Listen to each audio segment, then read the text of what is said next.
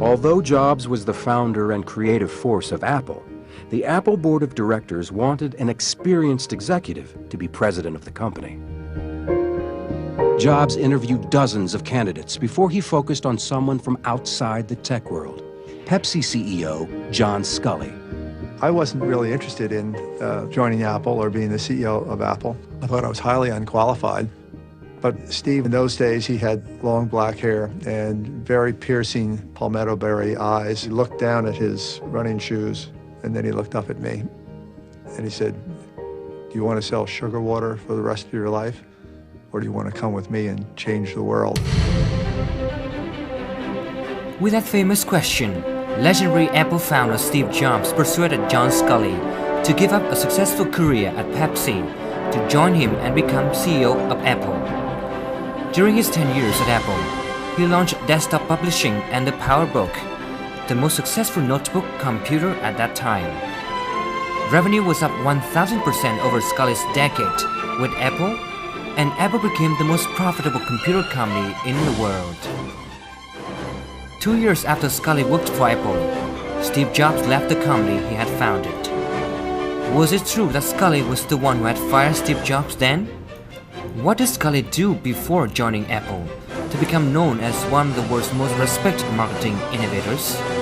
And what did he do after leaving Apple so that he earned the reputation as one of America's best-known business leaders of all time? Here come the answers. Hello and welcome to this edition of Talk Vietnam. Today you'll get a great chance to hear from one of America's best-known business leaders. His name is Mr. John Sculley. Now, Mr. Sculley was the former CEO and president of Pepsi. He was also the former CEO of Apple Computer, now known as Apple Incorporated. Mr. Sculley has worked with Steve Jobs, Bill Gates, and other amazingly influential people in order to leave a great imprint on the world. Now, we're very lucky to have Mr. Sculley here in our studio today to hear his stories from the viewpoint of being one of the most respected marketing innovators of the world. Mr. Sculley later on will also reveal some of the details about the recent investments he has made here in Vietnam, why he wants to do business here, and some of his advices for early stage entrepreneurs here in the country. So please join me in welcoming Mr. Sculley. Thank you very much, sir, for coming to our studio. How are you today? I'm very well, and I'm very excited to be in Hanoi. This is my first trip to Hanoi. I've been to Vietnam before, but not to the city, so it's very exciting to be here. Wonderful. What is your kind of first impression of Vietnam? Going back to your first trip, when was that? My first trip was 10 years ago, and what is very much apparent to me is how many young people there are in Vietnam. And I've had a chance to meet with students in science and engineering and mathematics, and the range of technology, competence, the curiosity that young people have here. It's very, very invigorating to be exposed to that. But first of all, let's talk a little bit about your time, going a little bit in the past now. Tell us a little bit about your years at Apple. Before that, you were working at Pepsi, obviously, in the beverage industry. What led you to move from the beverage industry into the computer industry, being Apple CEO? Well, I was not a logical choice to go to Apple because I didn't have a technology background. I had a marketing background. And Steve Jobs, who was one of the co-founders of Apple, was only 26. They were looking for a permanent CEO for the company. Steve would have liked to have been chosen as the CEO, but the Apple board felt they needed someone who was older. More mature, and maybe. And they gave Steve the veto right to turn down candidates, even though they wouldn't give him the job itself. And so they looked at many, many candidates before they came to me in the high-tech industry, but they weren't acceptable to Steve. And so the board decided to look outside of the tech industry. Steve had a belief that high technology, particularly Apple's products, were eventually going to be sold with the same skills and experience learned in selling products like Pepsi and Coca-Cola. And so what brought us together was we had a common interest in industrial design. He was very intrigued with how Pepsi had been able to come from a very distant number 2 to actually becoming number 1 as the largest selling consumer packaged good in America, passing Coca-Cola back in 1978. At the time that I was recruited to Apple, my first job, because I didn't bring any knowledge of how to build computers, and that was clearly something that Steve was very gifted at, my job was to keep the Apple II, which was in those days a 6-year-old aging product, commercially alive, to generate enough profits to be able to provide the cash for Steve to have the money to be able to develop the Macintosh, and then later to use the marketing experience that we had developed at Pepsi to try to translate that to launching the Macintosh.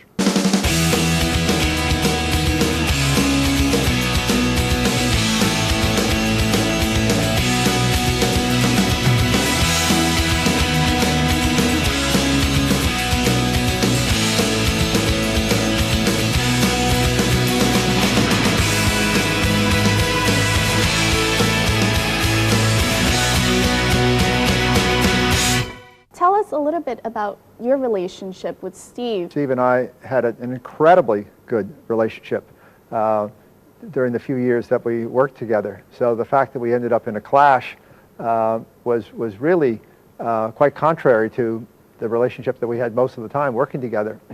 The relationship was driven by the common interest we had in beautiful design. The area that we clashed was in 1985 when Steve introduced the Macintosh Office, which was the first time that a high-quality laser printer had been connected with a graphics-based personal computer, the Macintosh. And because computer processing power was not very powerful back in 1985, the microprocessors just were not powerful enough to be able to make a Macintosh Office system effectively useful. And consequently, the product didn't sell. And Steve got very depressed and felt that we needed to drop the price of the Macintosh and shift the advertising from Apple II over to Macintosh, and maybe that would help. And I strongly disagreed with him on that, because my job was primarily to keep the cash coming in, the profits from the Apple II, and we couldn't afford to pull the marketing away from the Apple II, and we couldn't afford to lower the price of the Macintosh without jeopardizing the profitability of the company. So I said, Steve, we need to go to the board and let the board decide. So we both went to the board of directors. The board listened to Steve's reasoning as to why he wanted to drop the price of the Macintosh and move the marketing from Apple II. They listened to my reasoning why I thought that was a mistake. And then they selected the third co-founder of Apple, Mike Markkula, to go do his own investigation, independent of Steve and me, and to report back to the board, independent of Steve and me, which he did over a 10-day period. And his conclusion that he recommended to the board was, he said, John's strategy is correct, Steve is not. And the board asked Steve to step down from being the leader of the Macintosh group. He was still chairman of the board, but a number of months later, he resigned and started a new company called Next. Often myths take on an aura of reality, and one myth was that I had fired Steve Jobs. Yes. Actually, I have to say I feel very badly that we lost the founder, and I consider it a personal mistake on my part that I didn't go and try to recruit him back at some point later on. But the reality was Steve actually was never fired by anybody. He was demoted by the board, and then he eventually resigned from the company. Let's talk a little bit about your visit to Vietnam this time. During his visit this time to the country, Mr. Scully held a workshop with Vietnamese entrepreneurs in Ho Chi Minh City. Let's take a look at this meeting and see what advices he gave to the Vietnamese entrepreneurs. When asked what a working day of his was like when he remained as a CEO of Pepsi or Apple, Scully said he was typically at the company at around 5:30 or 6 in the morning, and the last meeting in the day was usually around dinner time. leaving his marks not by just so simple stories. Scully made Vietnamese CEOs admire for the knowledge and experience of a world's top CEO. Điều thứ nhất là mình thấy đó là quan trọng nhất là phải là chi phí phải là tối ưu hóa.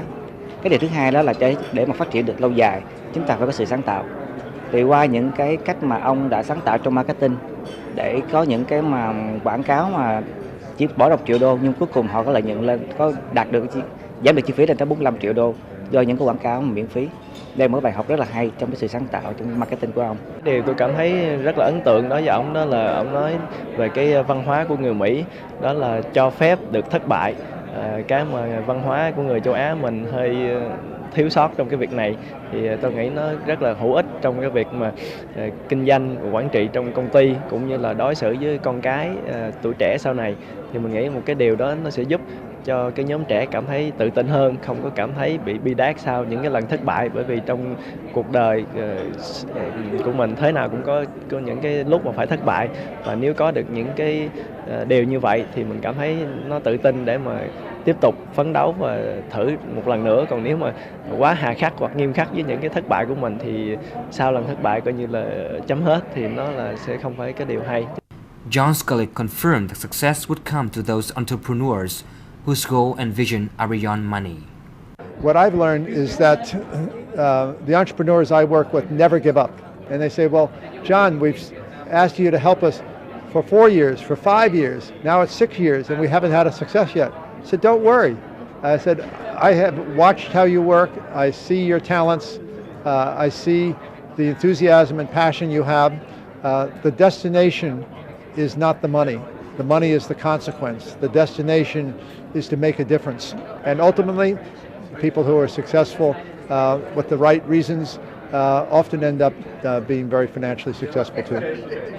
After all, with his strong belief in the perspectives of Vietnamese economy, Scully motivated all those entrepreneurs persistent with their goal of setting up a new company or steering the existing ones after the current economic crisis.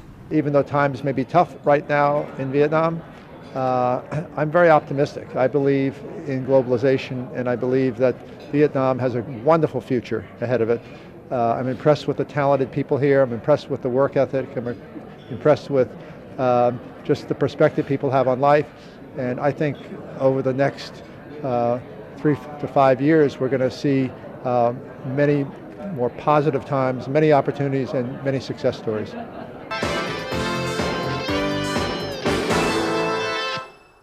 Interacting with these Vietnamese entrepreneurs or early stage entrepreneurs, what impressions did you have about them? My impression is curiosity, enthusiasm, but greatly in search of role models here in Vietnam. And as you said, a mentor is always needed. We have the luxury in Silicon Valley or Boston that there are many role models to look to. There is a history of companies being started up and entrepreneurs being successful and then going off and doing a second or even a third company. There is not yet in Vietnam such a pattern, and there is not yet a number of role models that young entrepreneurs can look to. And so that's one of the real opportunities. And frankly, at this point in my life, I find that very exciting, that we can come to a country where there is extraordinary talent, great passion and interest to be part of the global economy, and a search for exactly what I love doing, which is mentorship. Going back a little bit to your time at Pepsi, I understand you were Pepsi's youngest president and CEO. Can you talk a little bit about the success that you gained at Pepsi? I understand the Pepsi Challenge was one big success. I was very fortunate that I joined Pepsi when it was a relatively small company. And it was about $220 million of annual turnover. Today it's about $90 billion of annual turnover. I never would have gotten the jobs today that I was fortunate enough to be given back in 1970 when I was appointed to the marketing vice president of Pepsi. In the early days when I was marketing VP, we started working on a lifestyle campaign called Pepsi Generation. And we had some amazingly talented creative people who were deeply involved in the creation of Pepsi Generation. But that was the first consumer experience marketing campaign. By experience marketing, I mean that when we showed the Pepsi Generation commercials, it was the beginning of color television. It was the beginning of large screen TVs. Before that, everything had been small black and white televisions. And we never showed Pepsi in the commercials. Because what we were doing is we were trying to focus on the people who used Pepsi and their life experiences. And we thought of Pepsi as really being a fashion product, and it was just the signature at the end. With the Pepsi Challenge, it was also experience marketing. But this time, we wanted to capture the experience. We actually went to markets where Pepsi was outsold 9-1 by Coca-Cola. Wow. And we went there, and we went to people who had never had a Pepsi in their entire life. And we did taste tests without revealing the brand name. They were called blind taste tests. And all we were interested in was catching the expression on the face of long-term Coca-Cola drinkers who had never had a Pepsi in their life when it was revealed that they had selected a Pepsi over a Coke. And so that was experience marketing. So Steve Jobs was fascinated by experience marketing because he said, so how did you guys pass Coca-Cola? And I said, well, we didn't focus on the product, we focused on the experience. And he said, I love that, because he said, I'm building this product called Macintosh, and it's all going to be about this incredibly great, as he called it, insanely great user experience. And when we developed the first Macintosh TV commercial, we never showed the product.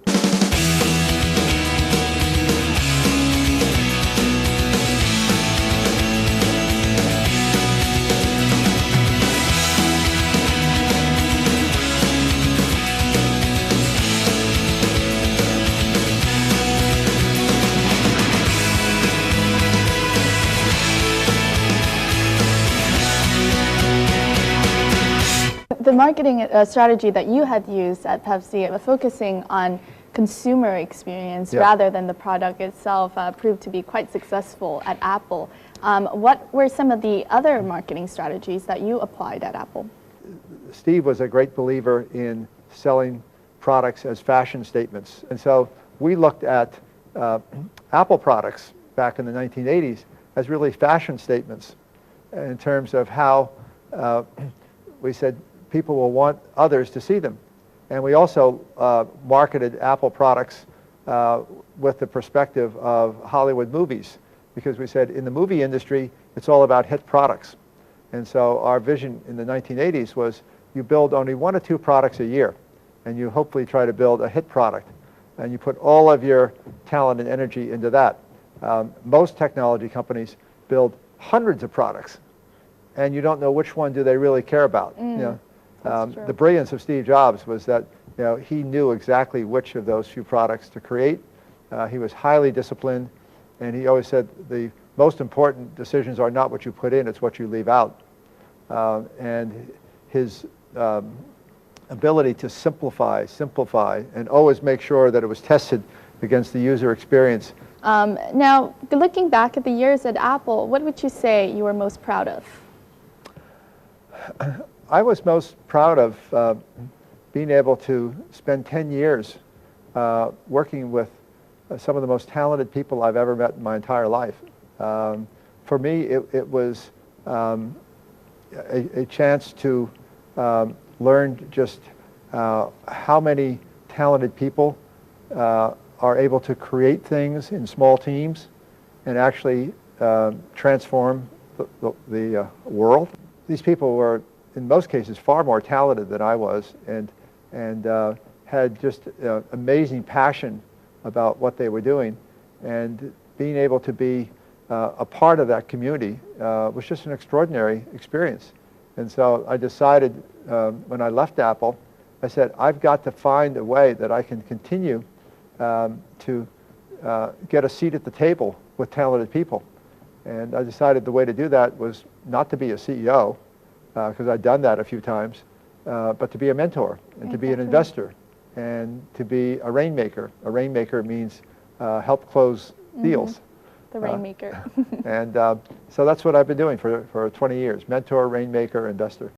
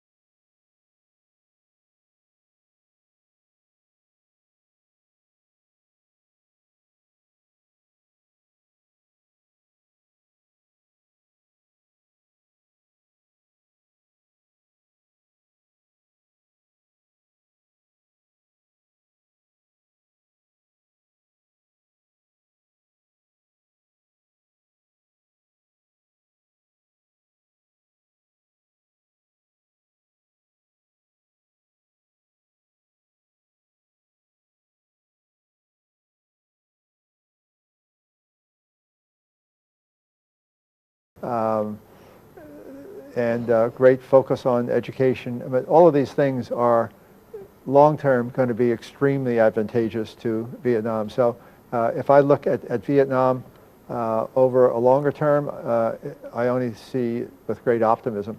But short term, your challenges are no different than the rest of the global economy. It's very, very challenging.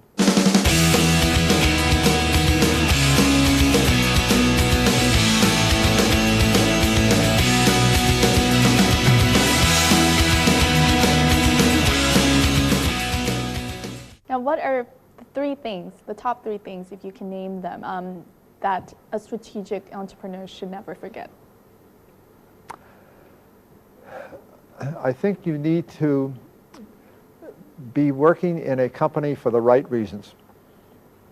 When I was in Apple, working with Steve Jobs, working with Bill Gates, because he was a close partner to Apple with his software applications, I cannot recall a single conversation with either one of them where we ever talked about money.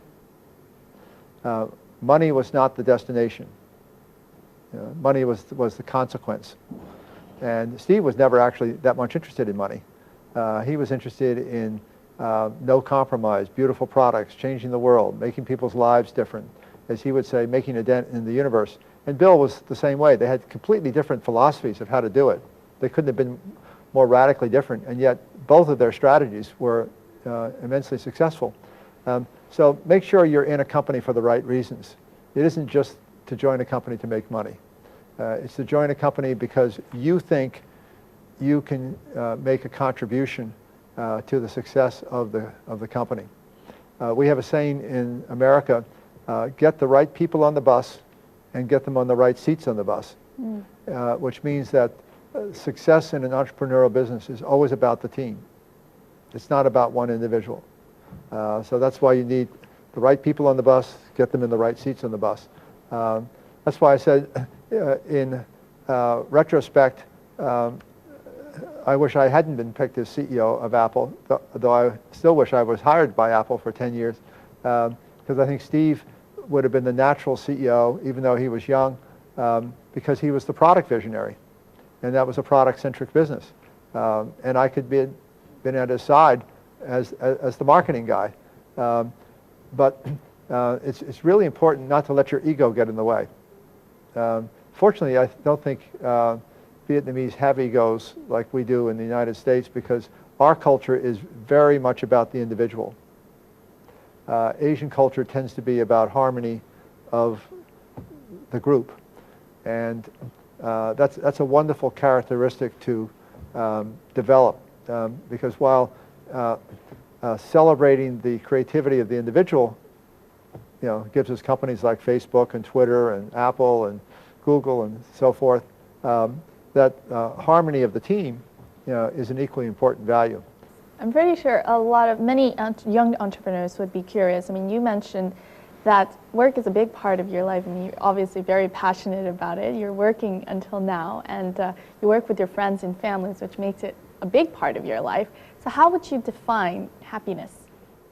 Well, I'm very lucky that I have a wonderful relationship with Diane, who's very special in my life, and she travels with me, and she's supportive to me in my business, and together we don't have a bright line between the business I work on and the friends we have together, so that I can be virtual. In other words, I can be traveling and have the love of my life with me, and yet at the same time I can be virtual over the my wireless iPad and my wireless smartphones, and be working with teams all over the world. And so it's work is something that I look forward to every day. I'm a morning person, so I'm up by 5 in the morning. I've already spent several hours communicating with people today in Hong Kong, India, Toronto, and Austin, Texas. and Palm Beach, Florida. So, and that's just today.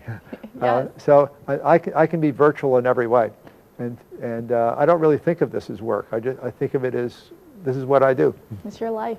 It's my life. Well, thank you very much, sir, for coming onto our show, sharing your passion, and that is, being in this business world, being a mentor, being a real life model, a role model to many young entrepreneurs out there, especially here in Vietnam.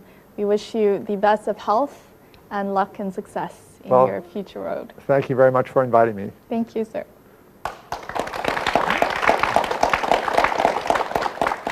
And that wraps up this edition of Talk Vietnam with Mr. John Scoley as well as Sunny Vu. Thank you very much for joining us. We'll see you more next time here on Talk Vietnam. Goodbye.